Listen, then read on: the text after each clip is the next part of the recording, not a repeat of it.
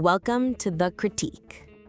Okay, so this submission, it's a script for a video, really high energy, making a very bold case for why Steph Curry is the best point guard. Uses a lot of stats, cultural points too. Right, it's aiming for impact, definitely controversial. It is. And the core argument, it's strong, the stats are there. But we're jumping straight into the edit focus here because honestly, the delivery instructions, they're really restrictive. They kind of shape the whole piece. Yeah, I saw that. It feels like it's built for the algorithm first, And that's creating some friction with the actual narrative. Exactly. It's like the structure follows the rules, not the natural high points of the argument. Mm-hmm. And this keyword thing, the repetition, the formulaic chapter endings, they're sort of symptoms of that, right? Letting the SEO dictate the experience instead of, serving it. Okay, first big thing. This relentless mandatory repetition of the main keyword, why Steph Curry is the best point guard. It's clearly there for discovery, for SEO, but it really risks hurting the flow and, honestly, the credibility, especially if you're talking to people who really know basketball. The expert audience, yeah. Let's look right at those instructions. Repeat the phrase over 35 times. Okay, and then this, pause, half a second to a full second after every single time. Wow, okay. That creates this very artificial rhythm. It's choppy. Right.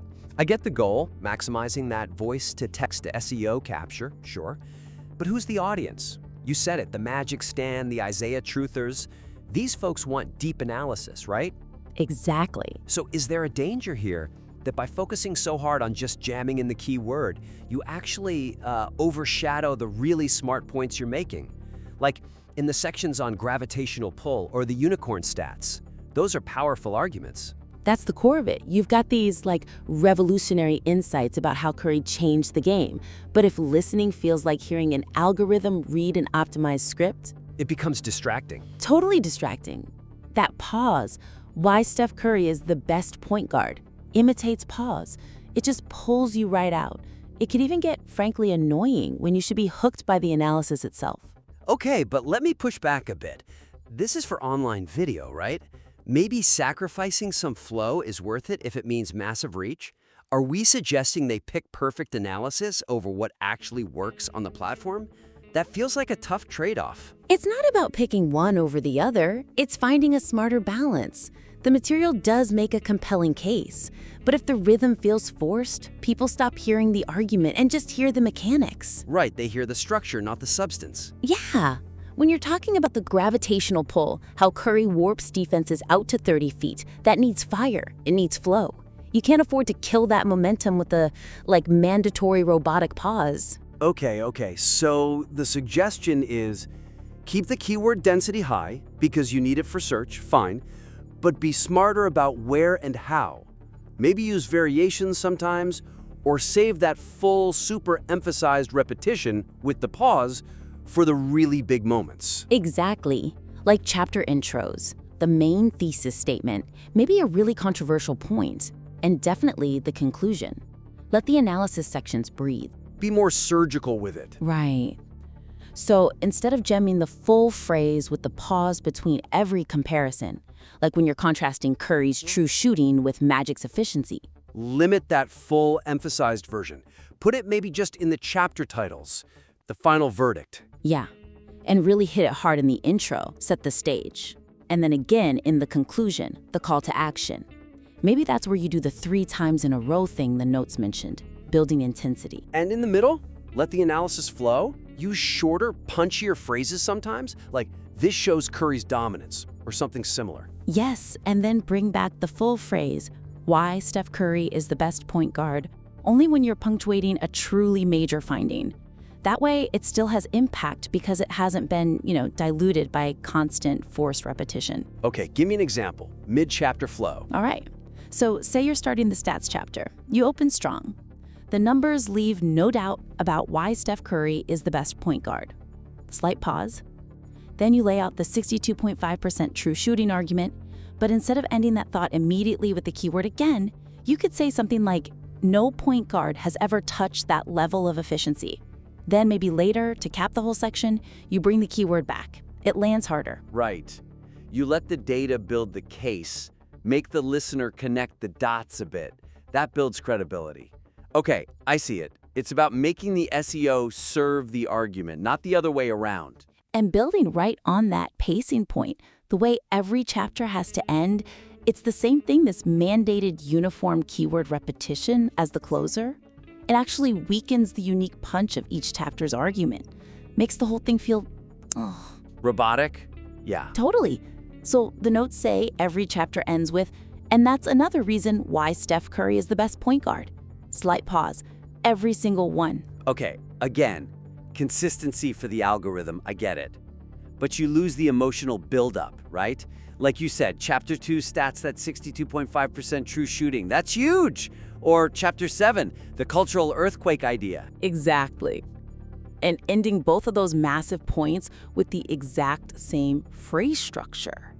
It just levels everything out. It takes away the peaks. And for a video that wants to be high energy, controversial, you need those peaks to feel different, to feel earned. The audience starts hearing the formula. And once they hear the formula, They tune out. yeah. The weakness here is prioritizing that uniform structure over letting each chapter build to its own specific, powerful climax. So the fix? We think you should ditch that generic closer.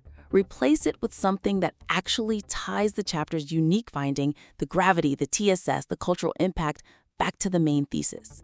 Use strong, different language each time.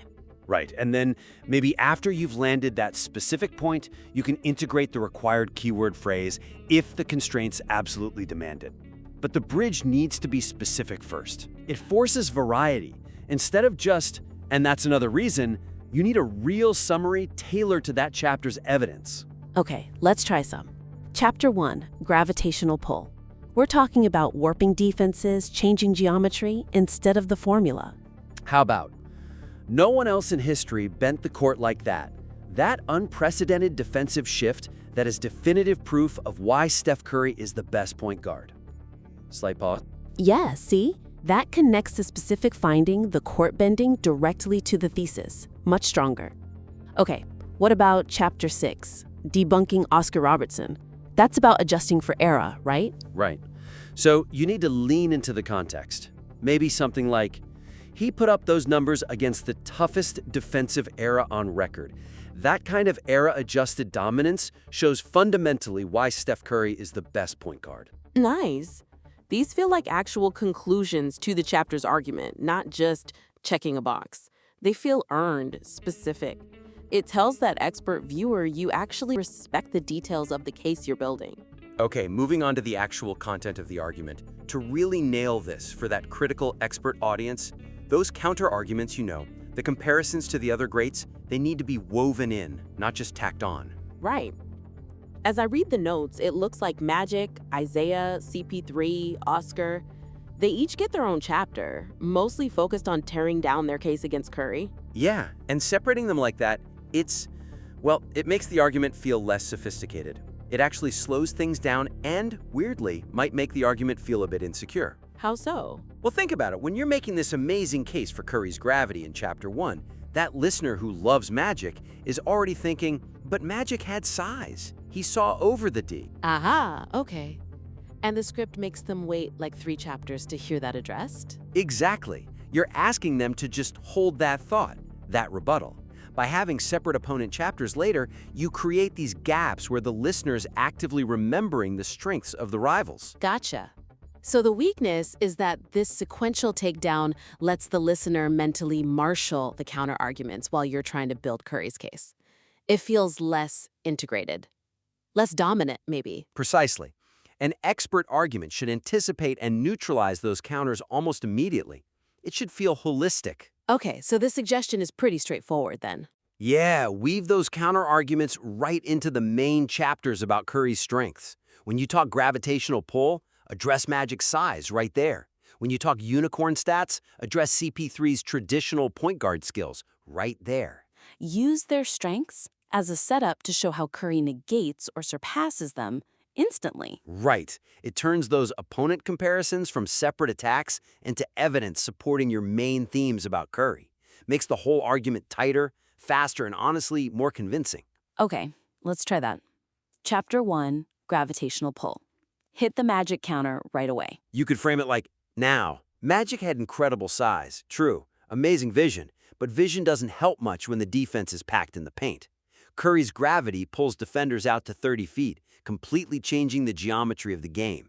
And that is ultimately why Steph Curry is the best point guard. Slight pause.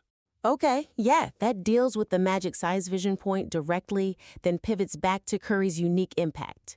Makes the argument feel smarter. Definitely. Or Chapter 2, Unicorn Stats. Bring in CP3. You could say, look, CP3 undeniably the point guard of traditional playmaking, right? Floor general.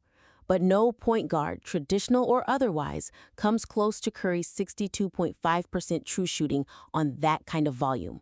That efficiency is definitive proof of why Steph Curry is the best point guard. Slight pause. Exactly. You acknowledge CP3's strength, then immediately use it as a baseline to show how Curry operates on a different statistical plane. You wave the counter into the claim. And that keeps the momentum going. It feels more sophisticated, and it respects the expert viewer because you're meeting their likely objections head-on, in real time. Makes the whole case feel much more robust. Okay, so let's recap. The core material here is strong, explosive even. The stats are there. But the execution, particularly driven by those rigid delivery instructions, can be significantly improved. Yeah, the common theme is letting the algorithmic rules override the narrative flow and impact. So the actionable steps: first, be smarter about the keyword repetition, smooth it out, optimize where you use that full phrase, why Steph Curry is the best point guard, with the pause. Let the analysis sections flow more naturally. Second, fix those chapter endings. Make them specific, make them climactic. Connect the unique finding of that chapter directly back to the main thesis with varied, strong language before you drop the keyword if you must. In third, integrate those counterarguments. Don't save the Magic Isiah CP3 comparisons for later chapters. Weave their perceived strengths directly into your main points about Curry's gravity and stats. Use them as immediate foils. Right. These changes are really about enhancing the experience for the listener, especially that knowledgeable fan. It ensures the powerful content lands effectively without necessarily ditching the SEO goals entirely, just refining them. This is potentially fantastic content. It just needs that layer of polish to balance the message and the medium. We definitely encourage you to take these suggestions, rework the script, and submit it back to the critique.